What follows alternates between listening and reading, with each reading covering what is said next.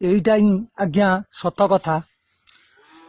ଈଶ୍ୱରଙ୍କର ସୁନ୍ଦର ସୃଷ୍ଟି କି ଯେତେ ବ୍ୟକ୍ତି ଆସିଛନ୍ତି ସେ ବ୍ୟକ୍ତି କି କିଛି ଲୋକ ଭଲ କହିନେ, କିଛି ଲୋକ ଖରାପ କହିବେ। ଗୋଟିଏ ବ୍ୟକ୍ତି କି ସମସ୍ତେ ଏ ସୃଷ୍ଟିରେ ଭଲ କହିବେନି।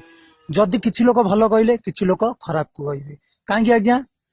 ତାର ମାନେ ହଉଛି ଏ ଦୁନିଆକୁ ଯିଏ ଆଇଛି ଦୁଃଖ ସୁଖ ସମୟ ସେ କହିବେନି ଯେ ମୁଁ ଖାଲି ସୁଖ ପାଇମି କି ଖାଲି ଦୁଃଖ ତାକୁ ମିଳିବ।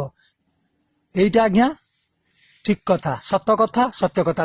ଆପଣ ଗୋଟେ ବଜାର ଯାଉଛନ୍ତି, ସେ ବଜାରରେ ଜଣେ ଯେକୌଣସି ଗାଈ ବିକୁଛି, ସେ କଣ ସବୁ ଭଲ ଜିନିଷ ବିକୁଛି? ତା ଦେହରେ କିଛି ପୋକା ପରିବା ବିକୁଛି, କିଛି ଭଲ ପରିବା ବିକୁଛି। ସେଇ ବାଗିଆ ଭଗବାନଙ୍କ ସୃଷ୍ଟି କି ଯିଏ ଆଇଛି ତା ଭିତରେ କିଛି ଖରାପ ଲୋକ ବାହାରିବେ, କିଛି ଭଲ ଲୋକ ବାହାରିବେ। ଆପଣ କାହା କଥା ଧରିବେନି।